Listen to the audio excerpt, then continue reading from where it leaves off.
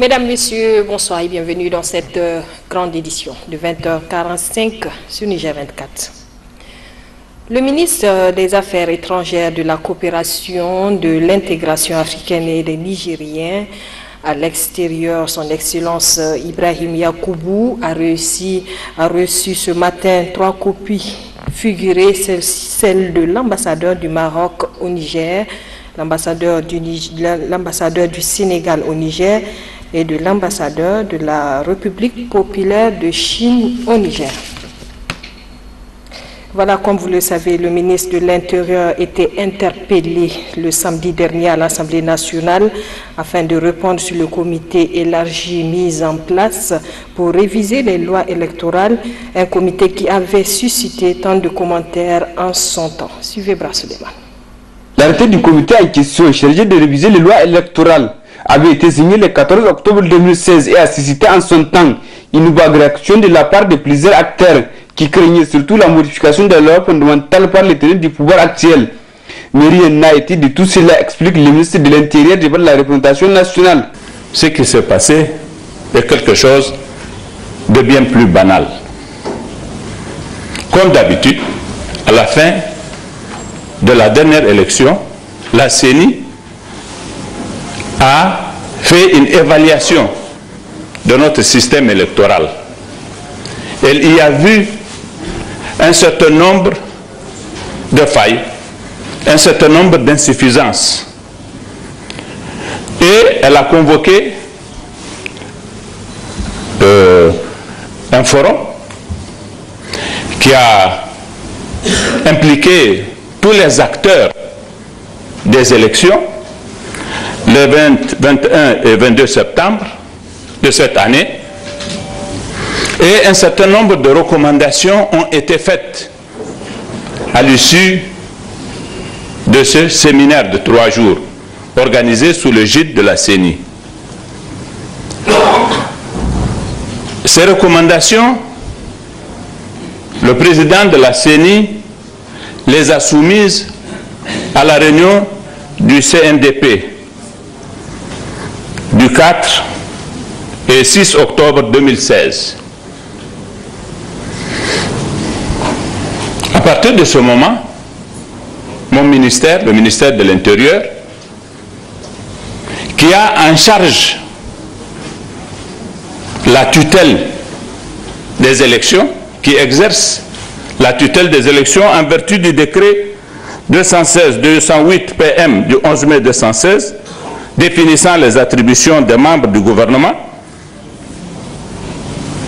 qui dit que la tutelle des élections et autres formes de consultation des citoyens relève des prérogatives du ministère de l'Intérieur.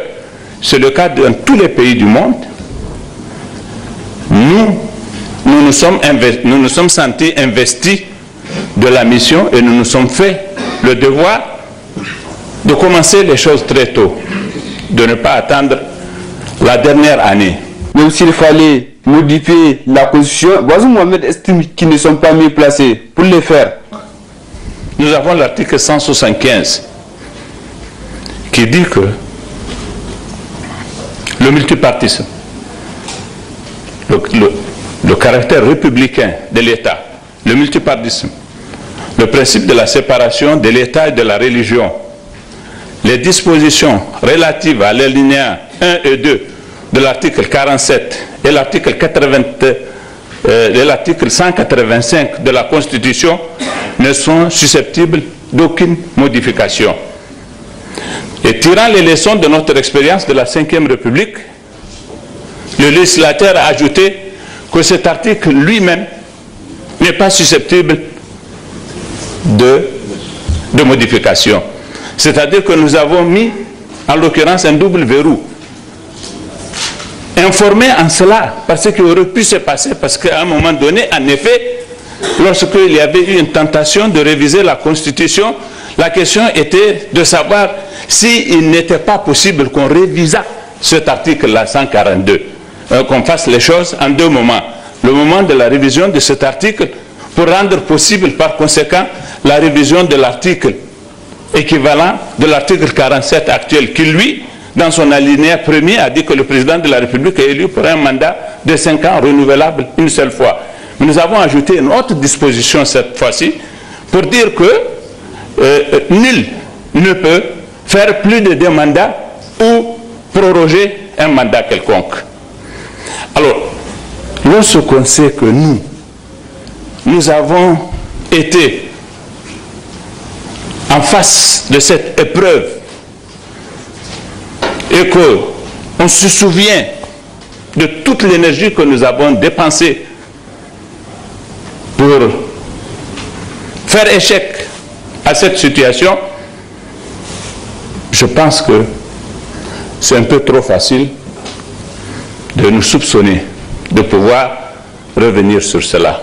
À partir de cet instant, Bazoum Mohamed semble clore le débat sur ces fameux comités chargés de réviser la Constitution. Le directeur général de l'IFTIC a animé cet après-midi un point de presse devant la presse. Ahmed Abdoulaye a d'abord éclairé l'opinion nationale sur le fonctionnement de l'IFTIC, mais aussi répondre suite à des informations véhiculées sur les réseaux sociaux. Un extrait. Parce que de 1993 à maintenant, j'ai exercé des responsabilités techniques, aucune responsabilité politique, aucune obligation d'être sur la scène médiatique. Mais ces derniers temps, juste au moment où je suis à la fin de ma carrière, juste au moment où je suis au crépuscule de ma vie peut-être,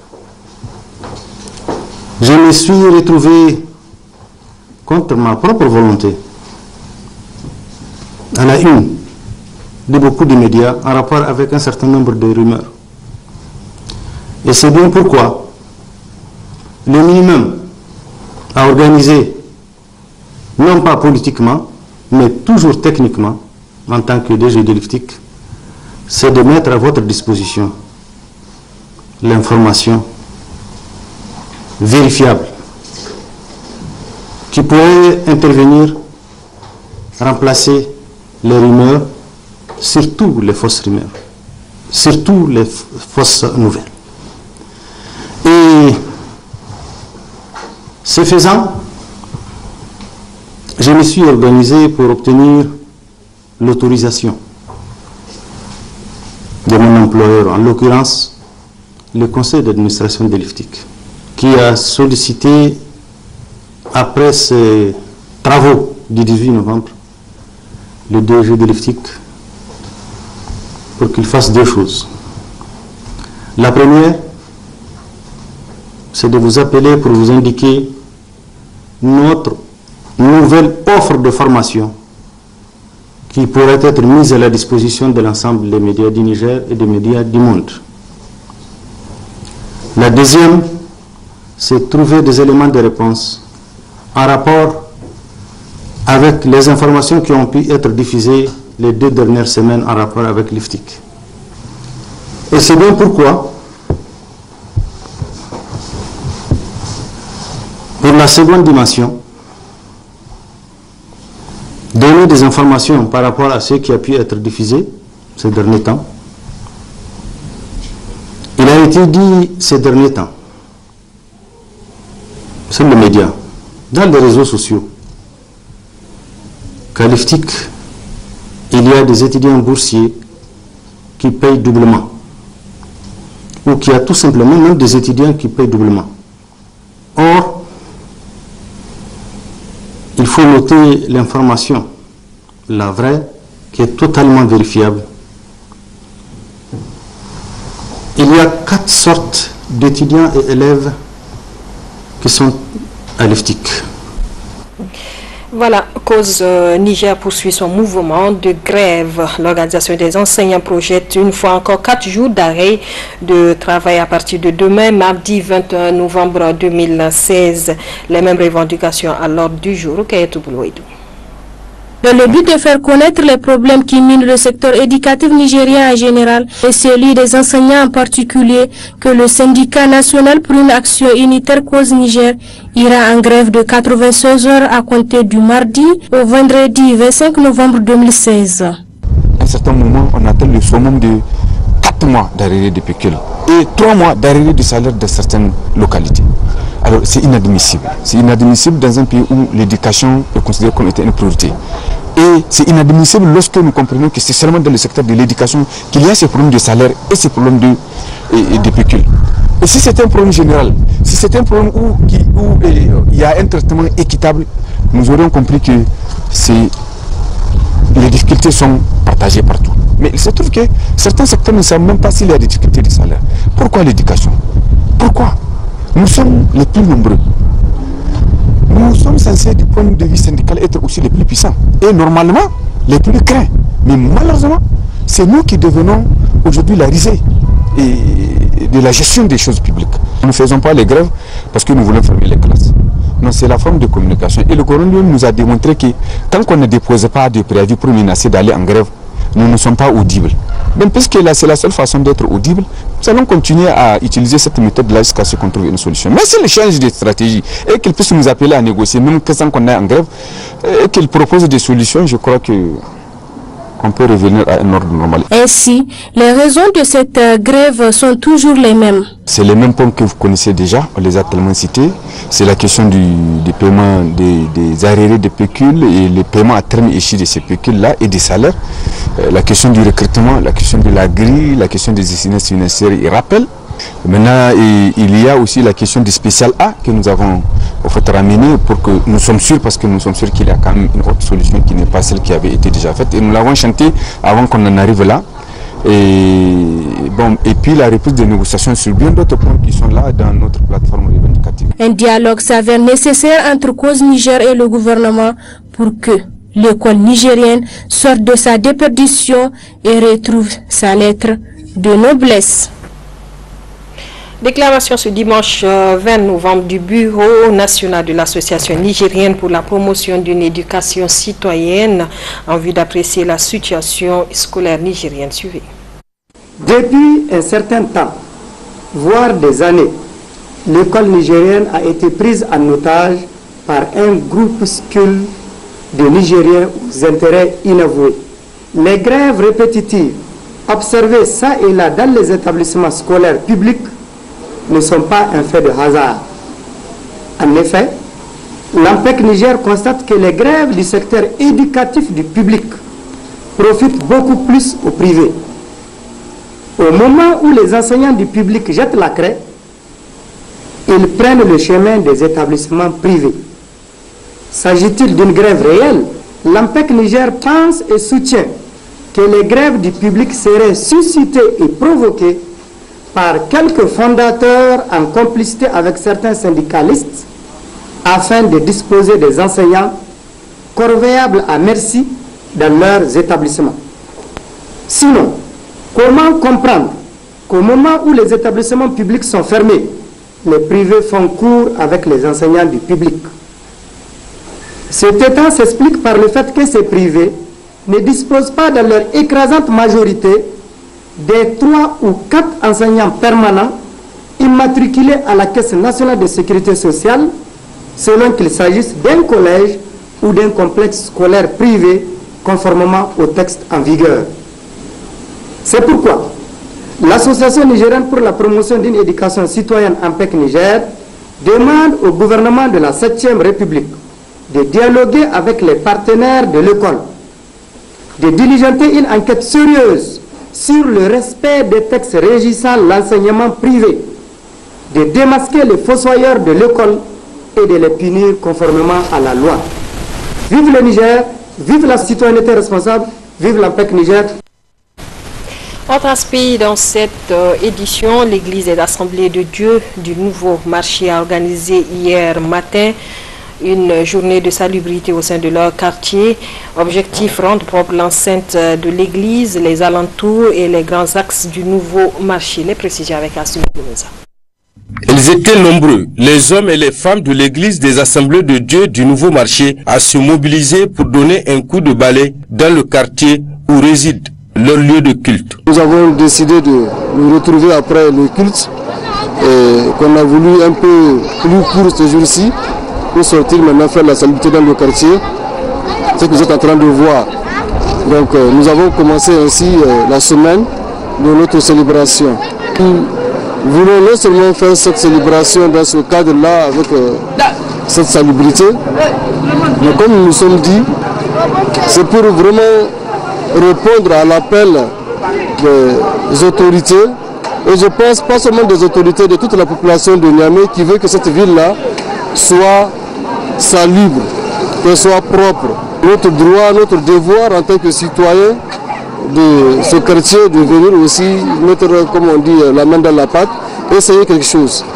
Cette opération n'est pas la première, selon l'un des pasteurs de l'église, et invité d'ailleurs les Nigériens à un changement de comportement. Que Dieu veut que nous soyons propres, pas seulement sur le plan moral, spirituel, même sur le plan physique, environnemental. Quand on lit dans la Bible Israël qui traverse le désert, Dieu leur demande même de prendre un petit instrument, quand ils marchent dans le désert, un petit instrument où quand ils vont déféquer, ils doivent creuser un trou, déféquer et fermer, et enterrer cela dans le désert. À plus forte raison ici, malheureusement on voit des gens déféquer dans les sachets, envoyés sur la route comme si ce n'est pas un lieu de vie. La salubrité qui a été initiée par l'église des Assemblées de Dieu du Nouveau Marché entre dans le cadre du 25e anniversaire de l'installation de l'église dans ce quartier. Les enfants constituent un véritable trésor pour un pays et c'est eux qui sont les plus vulnérables.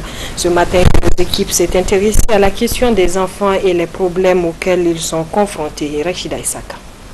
La question sur la protection et la promotion des droits liés aux enfants reste toujours d'actualité dans notre pays, vu le contexte actuel marqué par plusieurs pesanteurs socio-économiques. Nos enfants n'ont pas accès à l'école. Et les enfants sont utilisés dans des travaux vraiment pénibles comme au niveau des mines, au niveau de l'exploitation de l'or, ceci, les enfants sont utilisés. Donc en plus de cela, vous voyez dans nos rues aujourd'hui comment les enfants sont utilisés comme des mendiants, talibés, n'est-ce pas? Tout ça, ça constitue que les enfants, particulièrement les jeunes filles et les jeunes garçons, n'est-ce pas?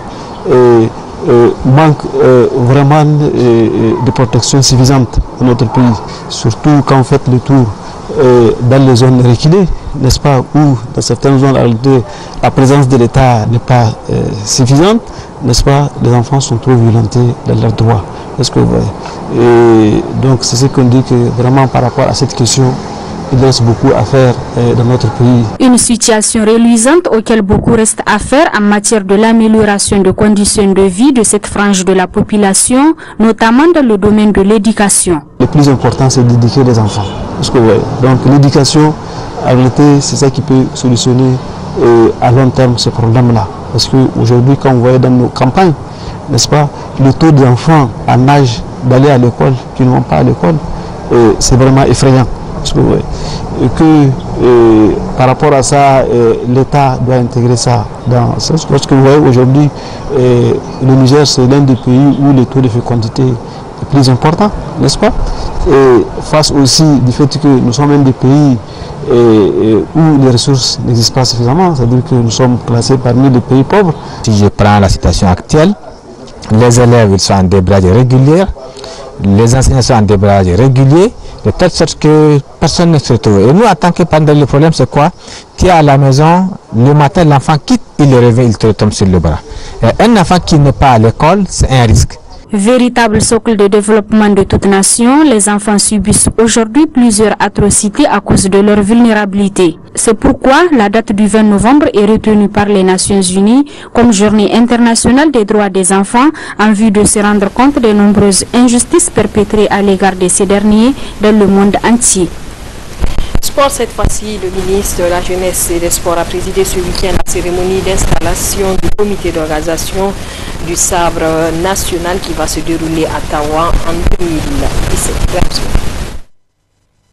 Le ministre de la Jeunesse et des Sports a procédé le samedi 19 novembre à l'installation du comité d'organisation de la 38e édition du sabre national. C'était en présence du bureau exécutif de la Fédération nigérienne de lutte traditionnelle. Après lecture de la liste composante des membres, le ministre a pris la parole pour annoncer de vive voix la date de la tenue de cette 38e édition. Pour informer l'opinion nationale et internationale, au nom du président de la République, chef de l'État, et du Premier ministre et chef du gouvernement, que la 38e édition du Sabre national de lutte traditionnelle se tiendra, Inch'Allah, cette année, du 25 décembre 2016 au 3 janvier 2017 à Tawa. Il y aura des réajustements compte tenu des difficultés, mais ceux-ci n'entacheront en aucun cas la tenue d'une bonne fête. Nous allons tenir cette édition dans un contexte dont on sait que au niveau mondial, la situation même de l'économie mondiale, la situation interne à notre pays, où on fait face à une certaine même résistance de notre peuple à travers le leadership du président de la République sur la question de la sécurité, et ce qui handicape effectivement certaines de nos possibilités, mais contrairement à ce qui a été un peu répandu, il n'y aura pas de sabre national cette année, cette édition n'aura pas lieu. C'est pour dire de façon solennelle, le sabre national aura bel et bien lieu du 25 décembre au 3 janvier, Inch'Allah. Certes, il y a des difficultés, mais nous allons nous ajuster. La 38e édition du Sabre national, c'est du 25 décembre au 3 janvier à Tawa, sous le thème « Mobilisation de toute la population nigérienne autour des enjeux de la sécurité nationale et du devoir citoyen ». Sport toujours, lancement samedi dernier d'un tournoi de handball destiné aux jeunes de la capitale. Ce mini-tournoi permet de détecter des talents. Retrouvons Ibrahim Souela. Organisé par le district de handball du 3e arrondissement, à l'intention des équipes de jeunes, vise la relance du handball à la base. On a jugé utile d'aller vers les jeunes pour permettre à ces jeunes de savoir vraiment que le handball aussi peut jouer. Le handball aussi c'est pour eux. Donc c'est pourquoi on a jugé utile d'organiser le mini tournoi pour les jeunes, pour les amener à vraiment aimer cette discipline qui nous est chère. Donc c'est dans cette optique-là que nous avons eu à organiser le mini tournoi pour les jeunes. Il y a l'AS Arène, l'AS Orida, l'AS Safi et l'AS Laban. Donc nous avons organisé 4 équipes. Ensuite il y a les centres aussi qu'on a invités. Le centre de la relève, il y a le centre aussi du CG2, il y a le centre aussi de la rive droite. C'est bien, au niveau du handball, il y a vraiment une léthargie qui est là, qui est constatée. Maintenant, c'est pour rompre à ça que nous avons jugé utile de lancer les activités au niveau des jeunes. Parce que pratiquement au niveau de la Ligue et au niveau de la fédération, maintenant chacun converge vers les élections au niveau fédéral. Donc je pense bien que on est là pour les passer le message, pour dire aux dirigeants que vraiment les jeunes là, ils ont besoin de jouer.